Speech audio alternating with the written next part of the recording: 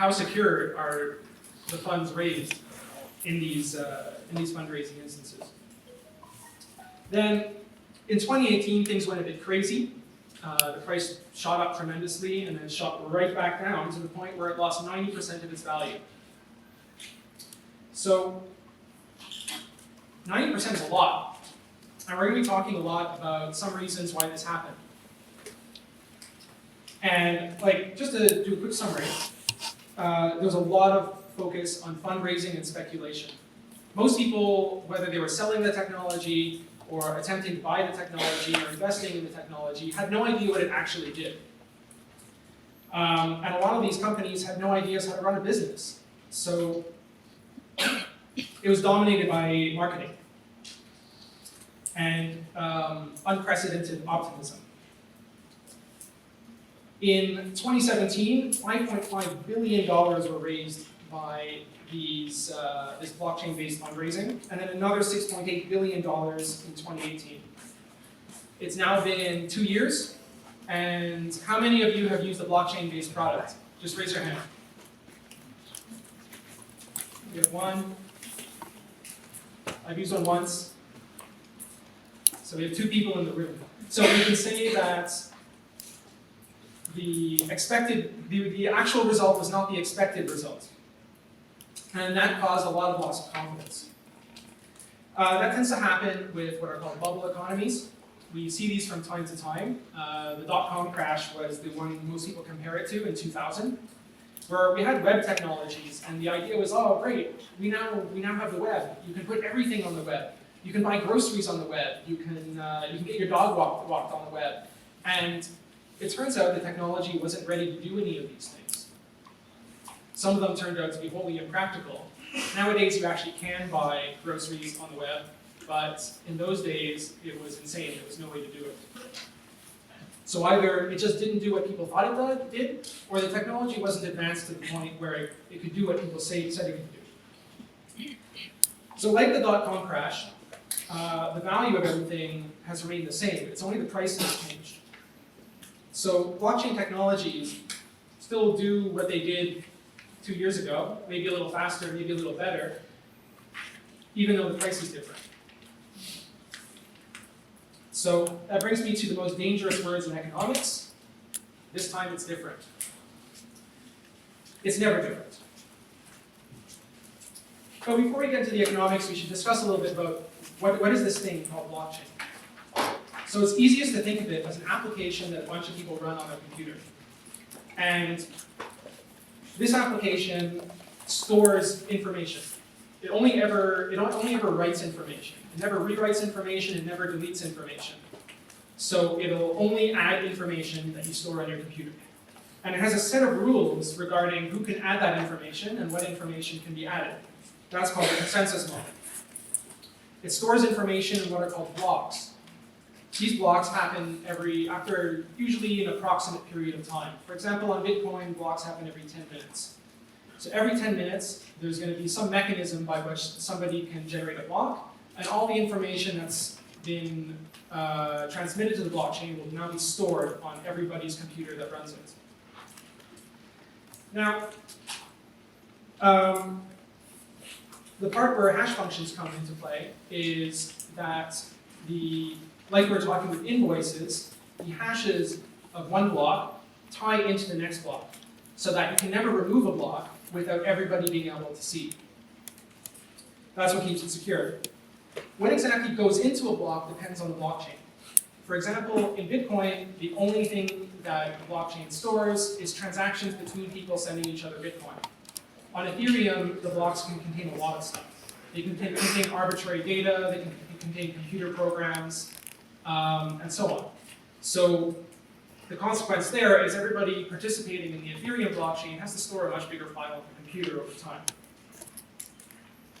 So that's what blockchain is. Cryptocurrency is a technology that runs on blockchain. So at its core, a cryptocurrency is just a number that everybody agrees is associated with an account.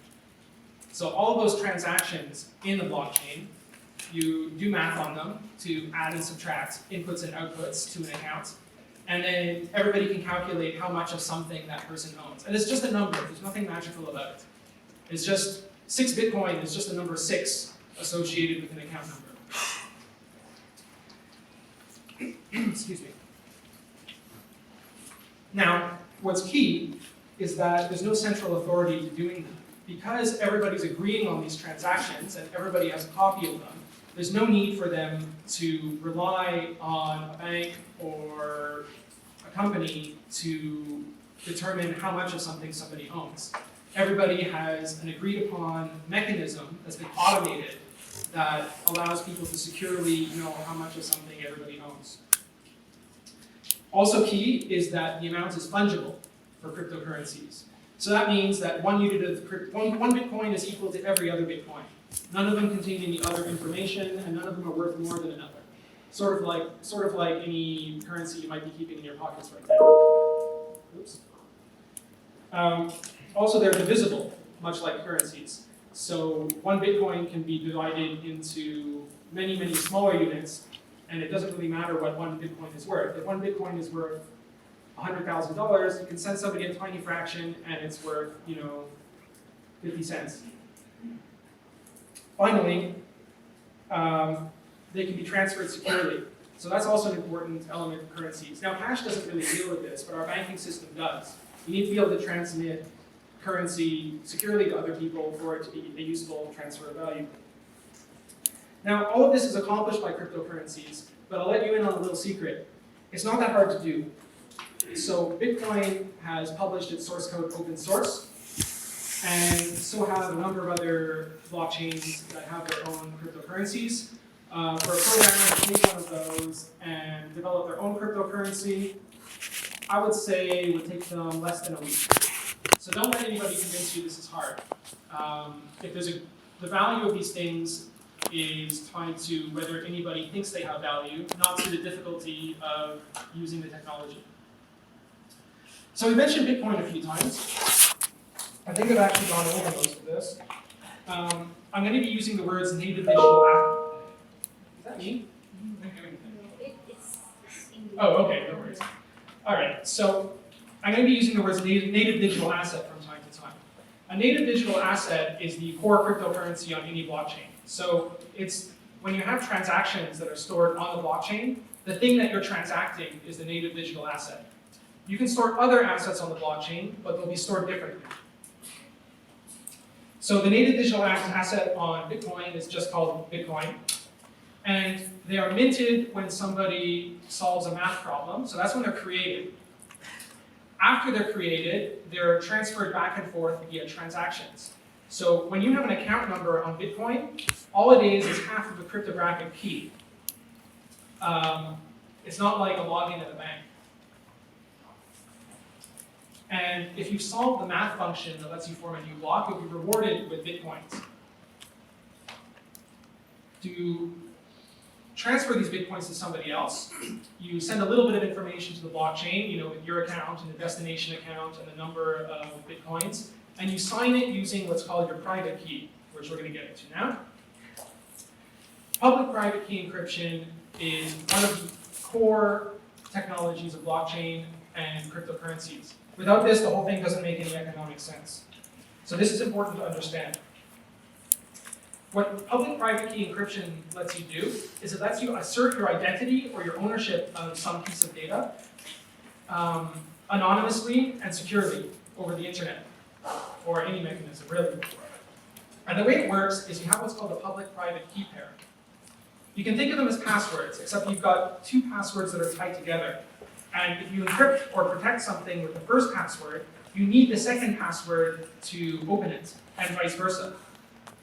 So, for example, if I publish one password as public, this is my public key, and I keep the other password secret, I can prove to anybody that challenges me that I'm the person that generated that public password, because anything I sign with my private key would only be able to be read with that public key. Actually, I'm going to stop for a section if anybody has any questions about this, because this is a little bit important. Are you a bit clear on how that works? We're good? Okay. So previously, this type of role of securely identifying somebody and allowing them to enter a transaction is a role played by banks, lawyers, and other professional services.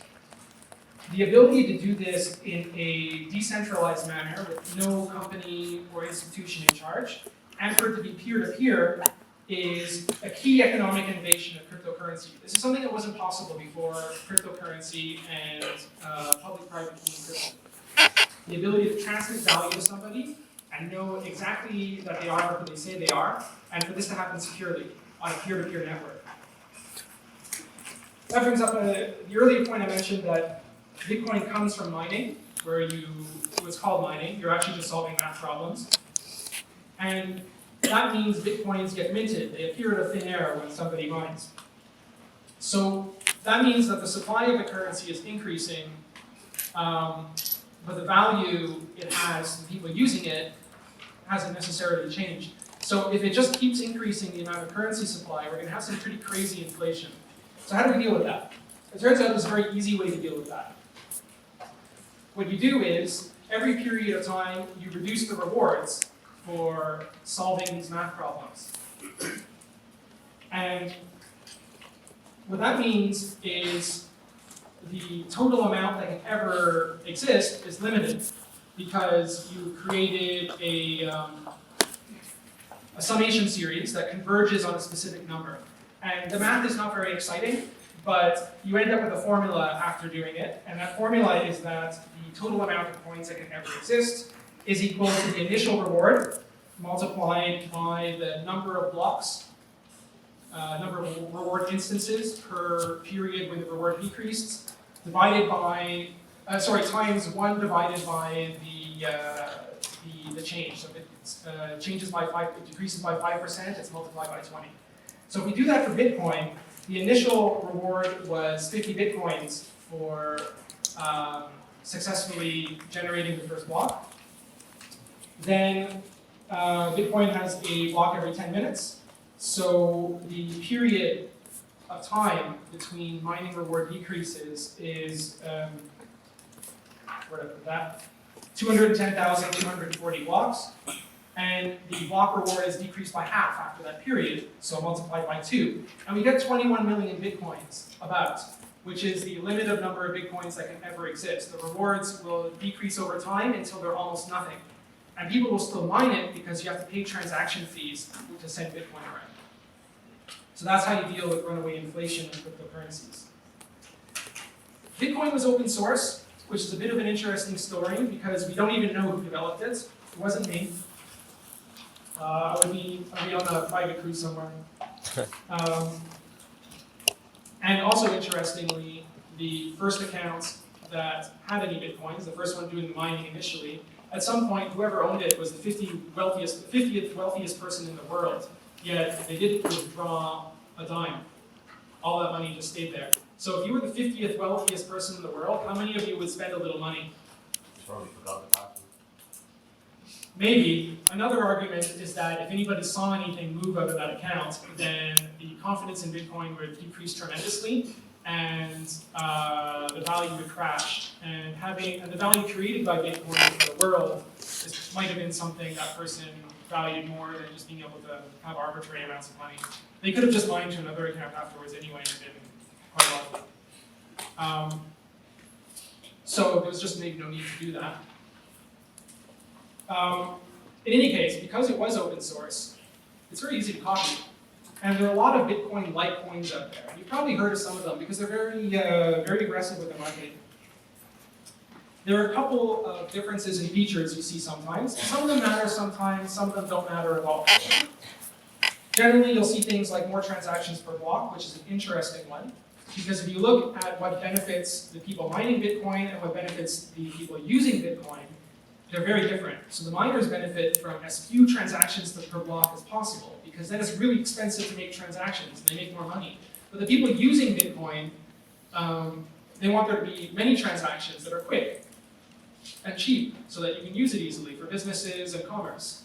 So that misalignment of incentives between miners and users of Bitcoin creates a bit of a problem where it's basically impossible to update Bitcoin because none of the miners will run the new code. And the amount of miners running the code is what determines whether you can update the code or not. So you can never update Bitcoin. It's sort of terrible like that. In other ways, it's great. So the key innovations that some of these clones might come up with are faster blocks, more transactions per blocks. They might use a different consensus algorithm because Bitcoin uses a lot of electricity to run all of that math. You could do other things. In computing, we have what are called space-time trade-offs, which are less cool than they sound. Basically, you use a lot of storage space to solve a problem instead of using a lot of computing power. So some algorithms will use that to allow you to still create the security of mining while using storage capacity instead of computing power. You might have anonymous transactions. So Bitcoin is only anonymous in the sense that you've got some cryptographic key that represents your identity. I can still see all of the inputs and outputs of that account, which is private. So if you over there send me 1 Bitcoin, first of all, I'd be very grateful. That's $8,000. Secondly, I can just look up your account and see how much money you have and see everybody else you've done business with.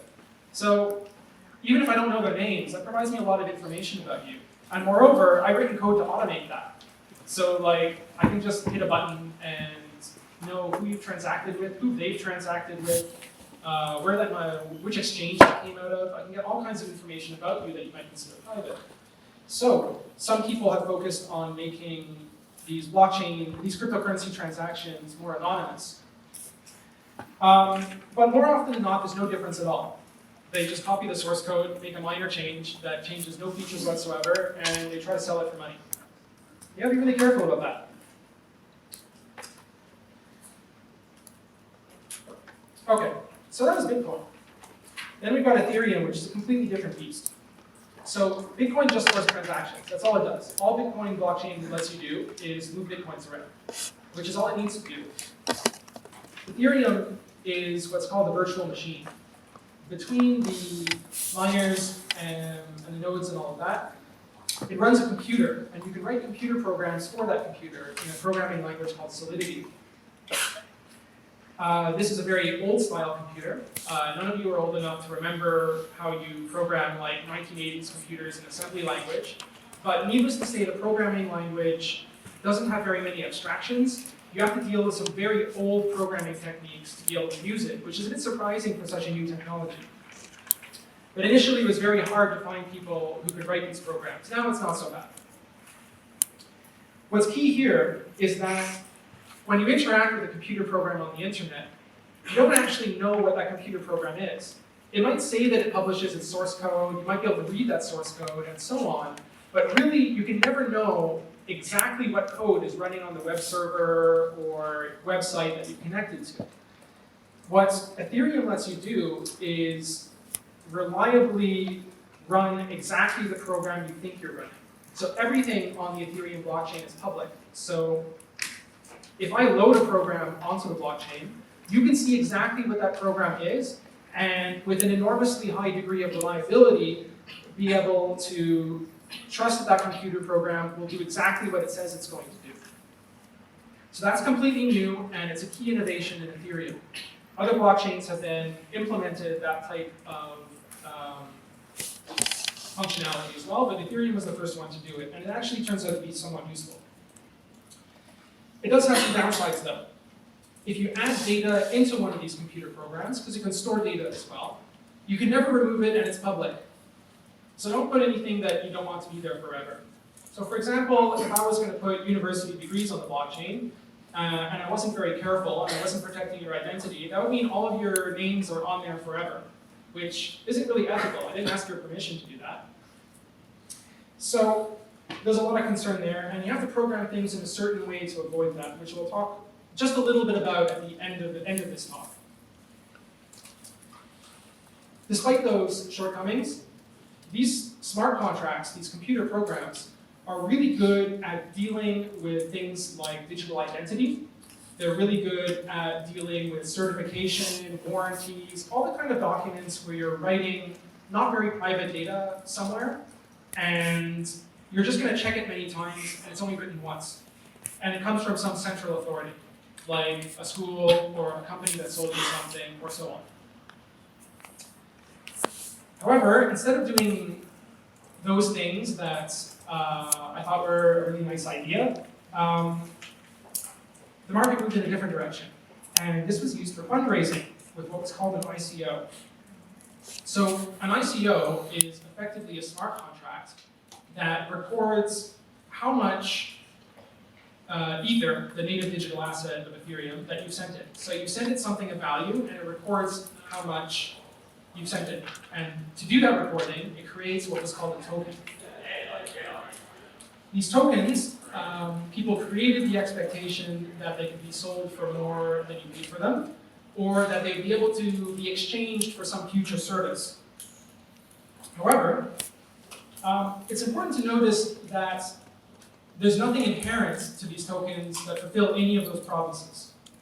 So the way a token works is, imagine if we write a computer program that defines an account, like whatever, some account number, and it puts the number 1 million next to it as the starting number of tokens in that account.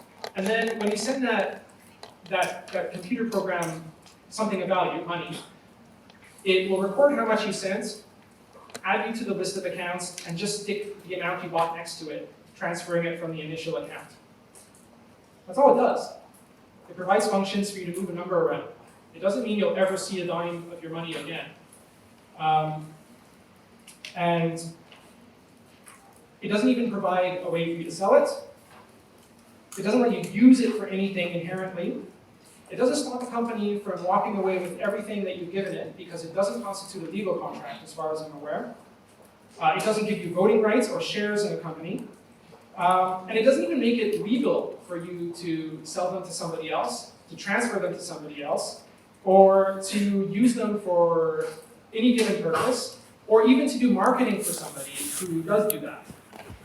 So these things are literally just like a number in a database. They have no intrinsic value.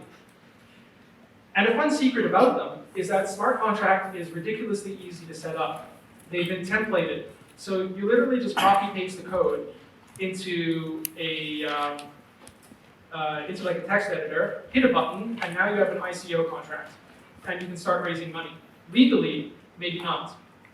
But from a technological standpoint, it does let you do this. And it would take a novice programmer 1 or 2 days to figure this out.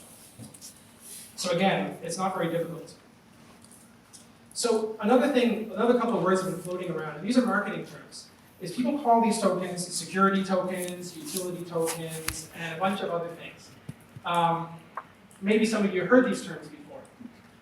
It's important to realize these are just marketing terms. If they're using what's called the ERC20 standard, which is the standard I described here, that is how the token works. Nothing they say actually changes that. Excuse me. Now, when you sell these tokens in what's called an ICO, or initial coin offering, that's how these smart contracts are used as a form of fundraising.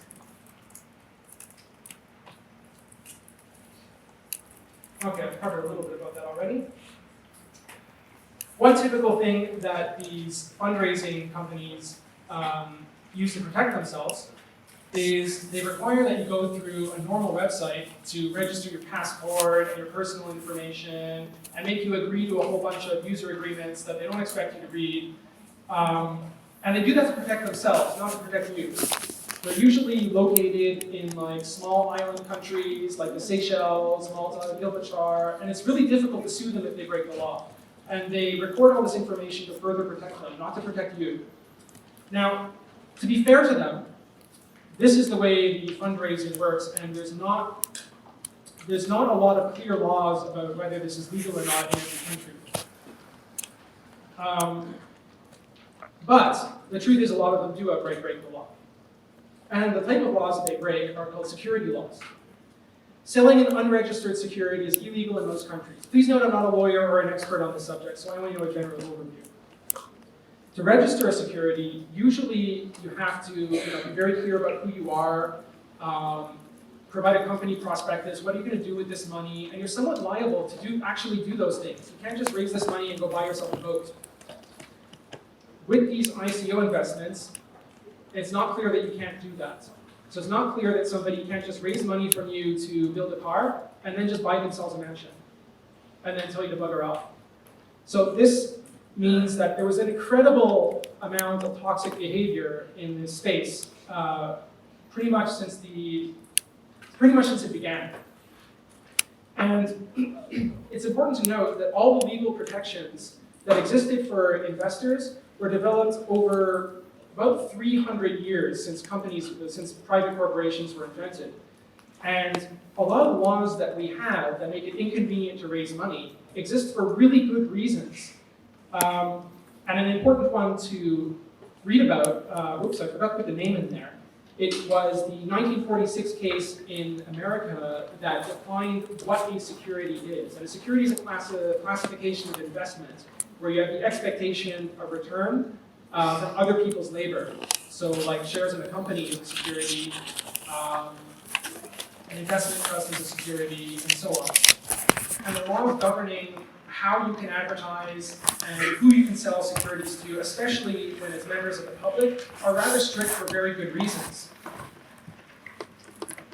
Which, I have a nice diagram for that later, but to the next slide. So, getting away from a bit of a rant there, the way these ICOs work is usually there's a smart contract that exists for a period of time, like you can only contribute to it for a period of time. And then, when you contribute to it, some amount of tokens are sent to you, up to a fixed maximum distribution. So they might decide that there's only going to be 10 million blue shirt tokens. And sorry, apologies. And then they sell those to whoever wants.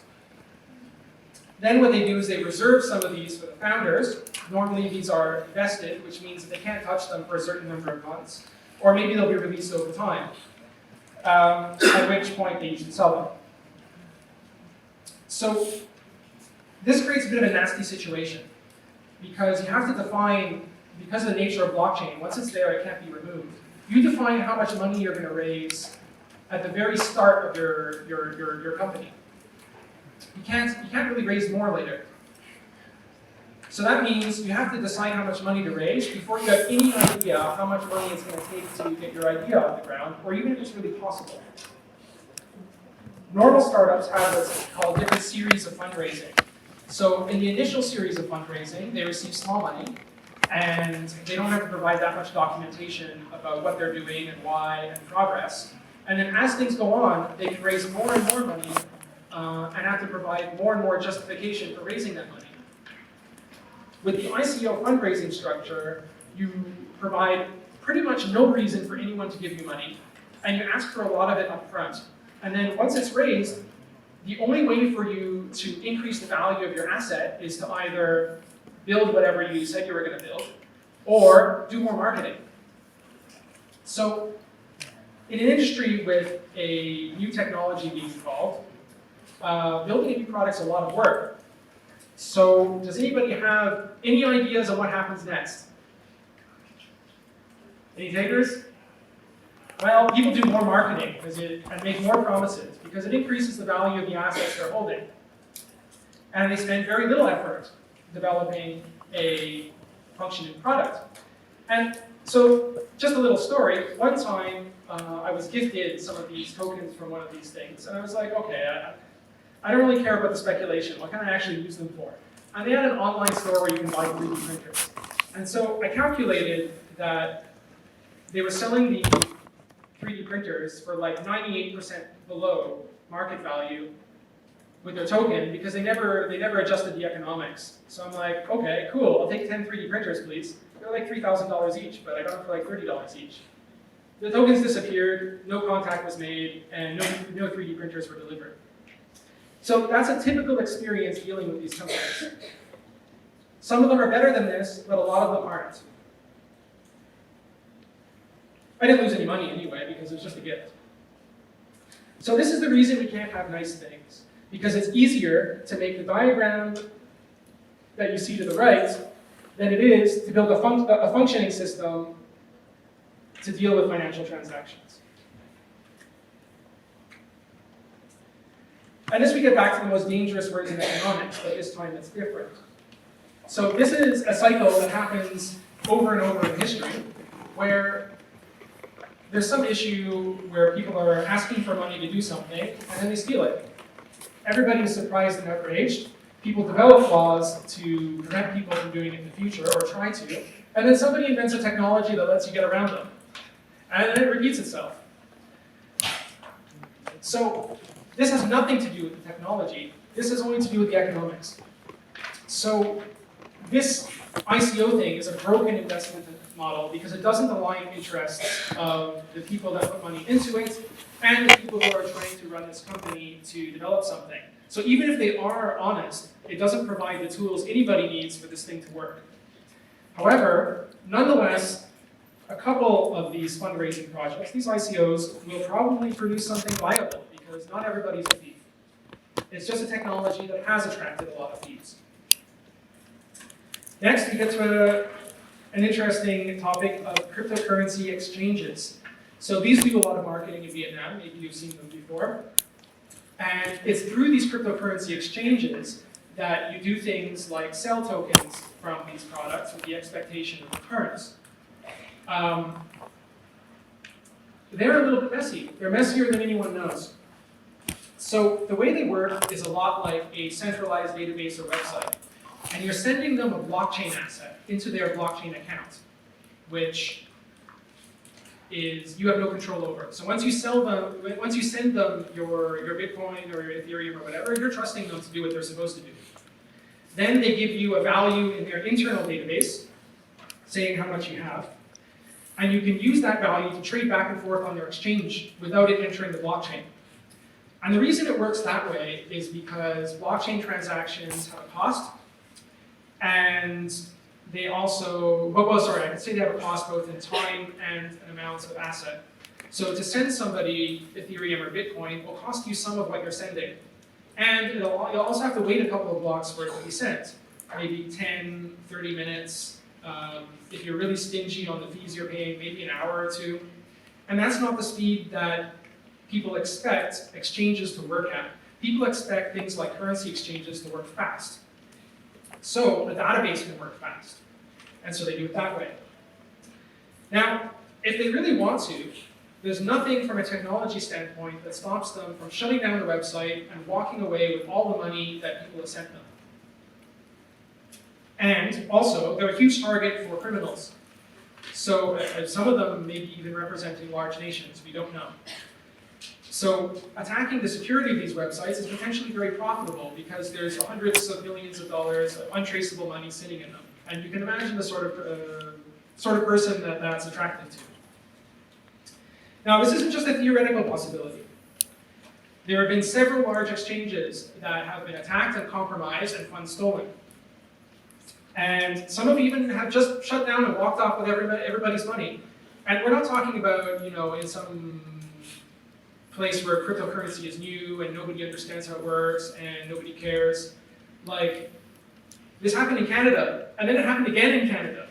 And really, it just keeps happening. So when it comes to exchanges, you have to really ask yourself how much you trust them. And then on the inside, we have some other secrets. So trading happens between users on the website, and it happens very quickly and then avoids the transaction fees on the website. And then you have to, when you want to withdraw money back onto the blockchain, you usually have to pay a fee, and that's how they're structured. But what they don't tell you is most of the exchanges out there didn't even build their exchange. They're just some guy who buys an exchange from a company that has a white labeled product, right? So there's company XYZ in some country, and they produced a cryptocurrency exchange with no branding, no logos, and they say you can use it for $50,000. So the people running these exchanges don't necessarily even understand the technology they're using, or the risks associated with it, or how to update their server to protect against risks. So it's a bit of a mess. Then, another thing that happens on these exchanges is because you can trade things so quickly, there's what's called the famous pump and dump. This is where one of these projects will, along align their marketing activities with the schedule of their major investors and possibly the schedule of an exchange. And they're going to push out all the marketing materials on a certain date while trading algorithmically to try to increase the price. The idea there is for people to think the price is on the increase, for it to shoot up, so all the investors can dump all of their assets at the highest possible price, maintaining the maximum returns, and then the price irreversibly collapses. This is one of cryptocurrency's famous, ridiculous things. So that's about all I have to say about the technology and economics of cryptocurrencies and blockchains as a general subject. But I've been doing some research on my own over the last couple of years, and before I was a programmer, I was a scientist, a biologist actually, but that's not important. Basically, it means that I've learned statistics and I've learned programming, so I can extract data from the blockchain and from exchanges and analyze it. So if you ever want to get into this sort of thing, by the way, you should probably learn a programming language that can connect to the internet, like Python, and learn some statistics. And it becomes a really great way to write economics papers. And again, this information is not meant for you to go and make financial decisions off of. This is just my personal research, it's my opinion, and it's hopefully entertaining. So Einstein once said that the most powerful force in the universe was compound interest. Well, maybe he didn't just adjust for inflation, but he was a really great physicist.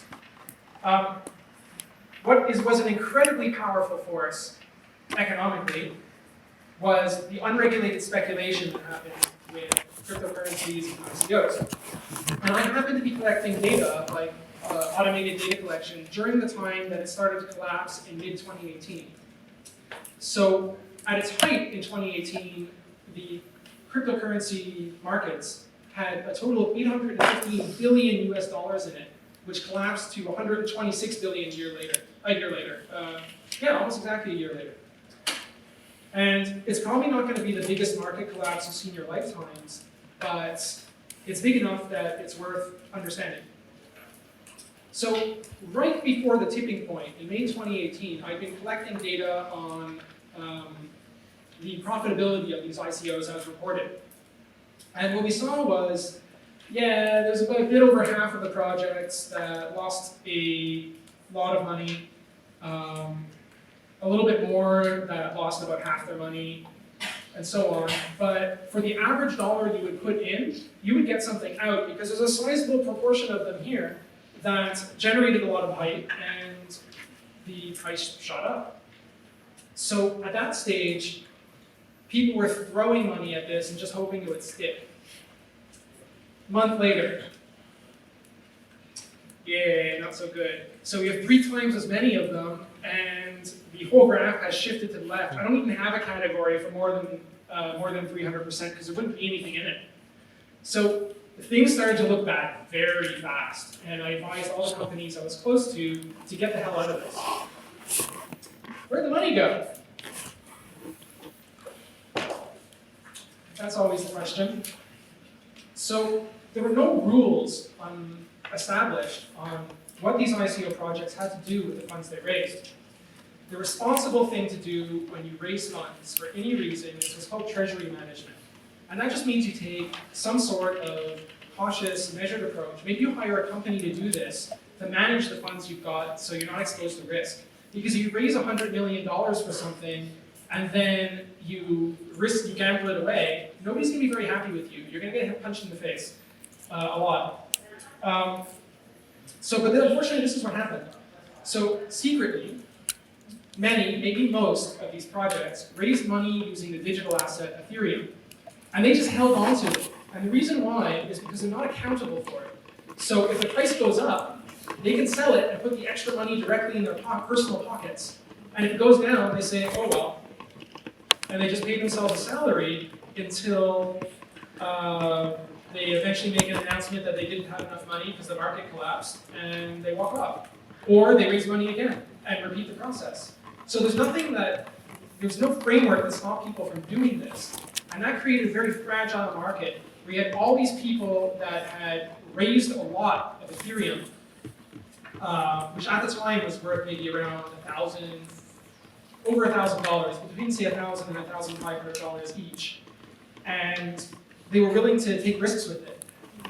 And all of their portfolios are tied together because they're all in the same similar situation.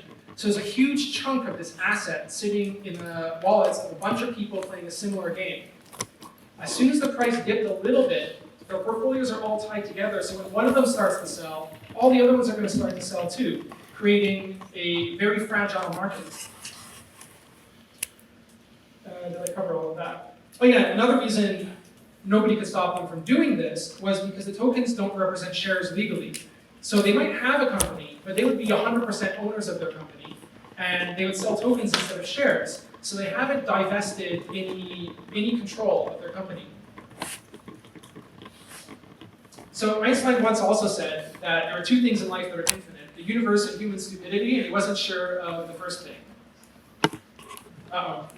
So what we have here is a graph of Ethereum price as measured in US dollars in green and as measured in Bitcoin in yellow.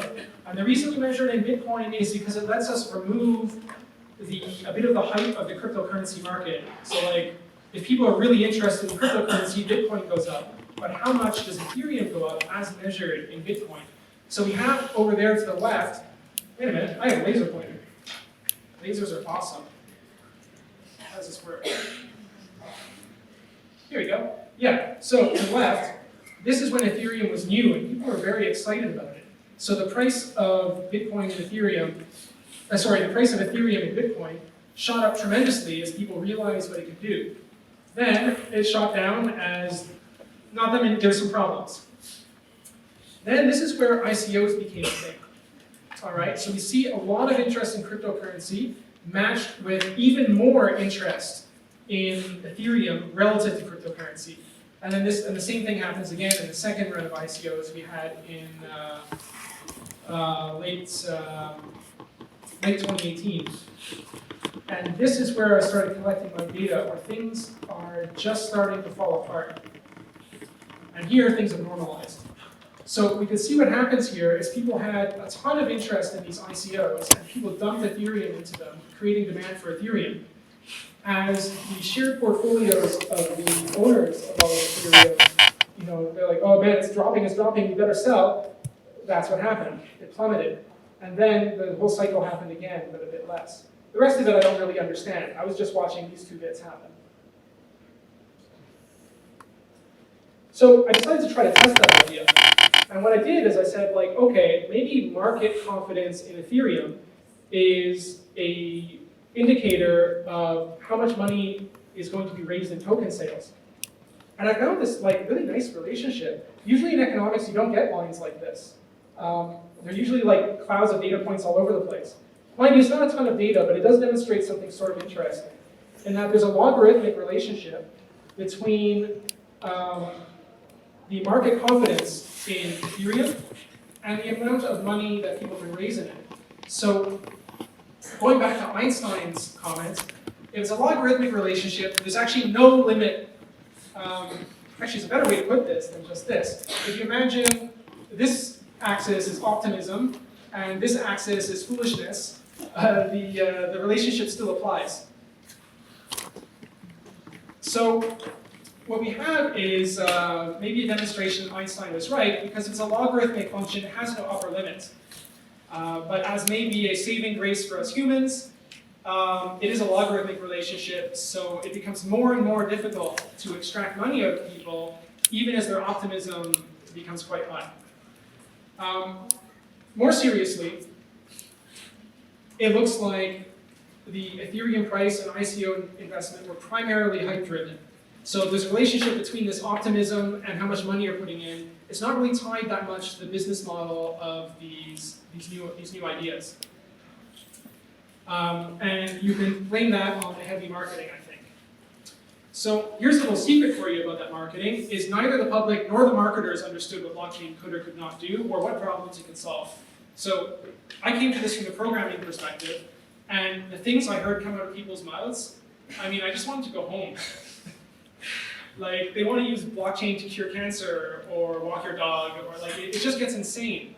And all it does is record data in blocks. It doesn't do much that a database doesn't do. It does some things more efficiently, it does some things more securely, but it just doesn't let you do any of these crazy things. So you have to ask yourself some real questions if you're going to use blockchain, whether it's worth the performance hit, and whether it does what you think it does. If it does, you're great, but that's a question that nobody was asking. Some other notes. Let me catch up a bit here.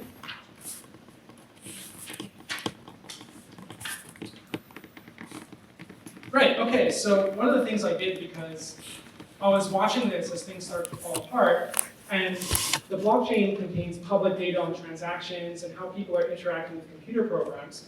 I wrote some programs of my own I would point it at some ICO smart contract, and it would tell me a little bit about their investors.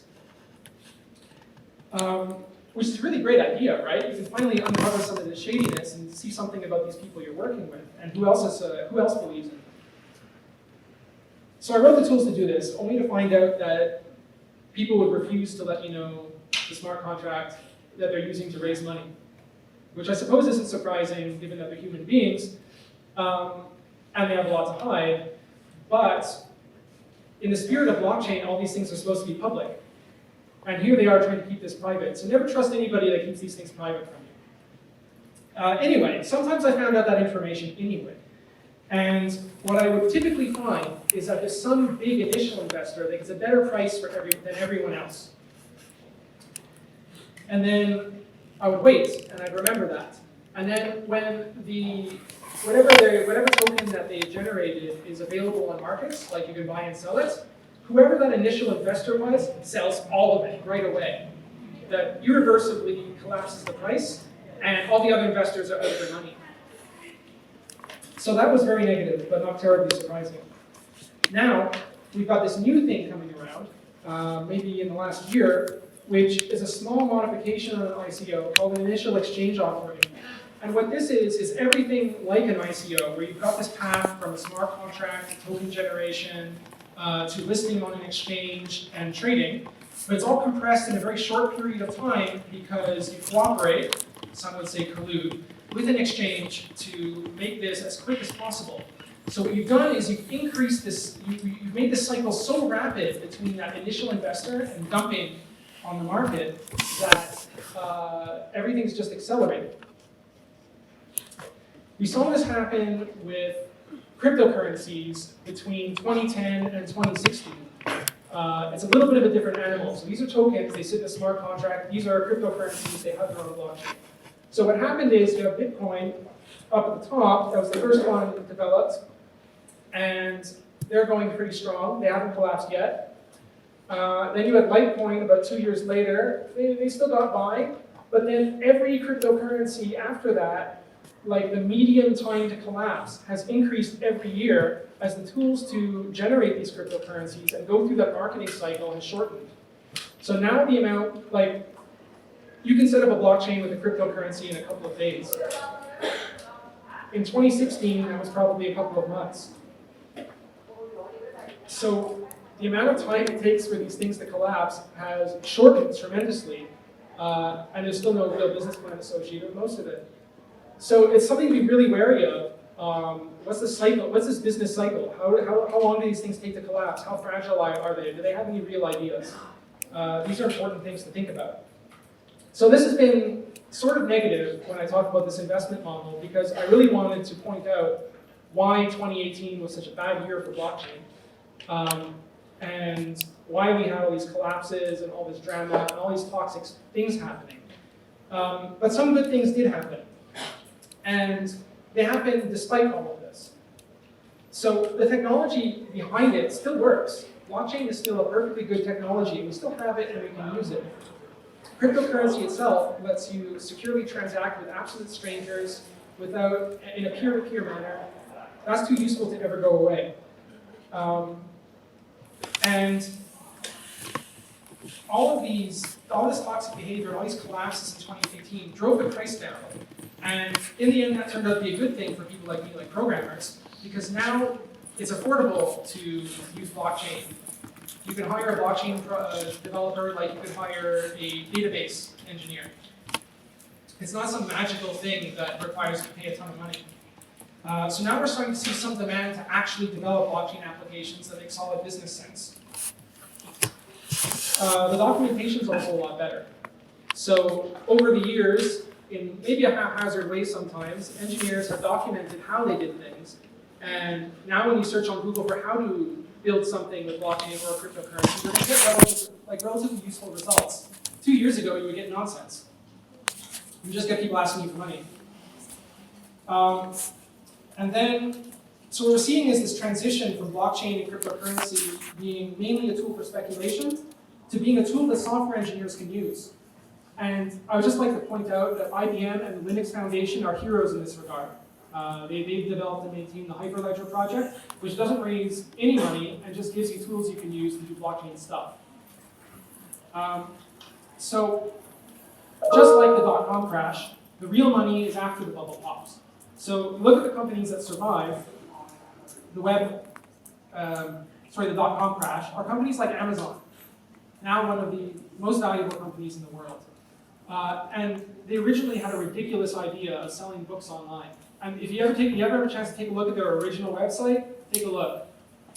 It's not very future-rich.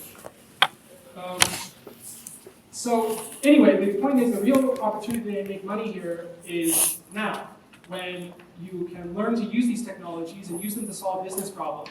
You don't have to worry about raising money. Just get a job.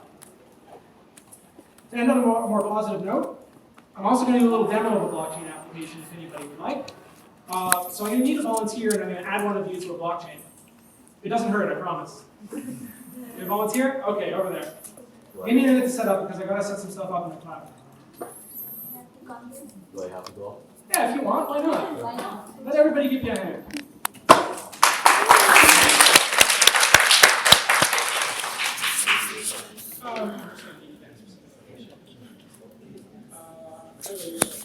Thấy gì hiểu không?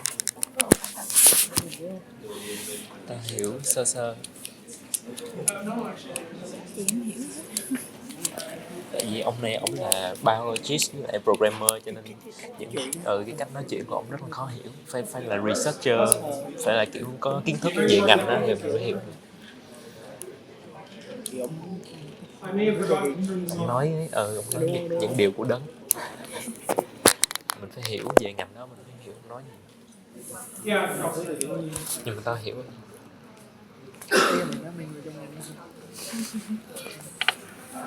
Hồi nãy giờ ông nói economic nhiều, nhưng mà ông nói nhiều thứ xấu về này vậy.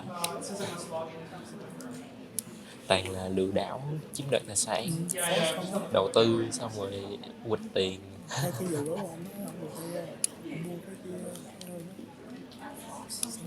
It's really boring because you can't see what's on my laptop screen, but I'm just connecting to it. Oh, yeah, there we go. Ông Sơn ngồi mình. Okay, so what this is I'm going to give you a degree in something. What have you always wanted a degree in? You want to be a doctor? Yeah. Yeah. My degree's in biology. I don't think you want that. Trên web blockchain. If you want to have a lot of long memories climbing trees, it's much shorter than what's falling out of them. All right.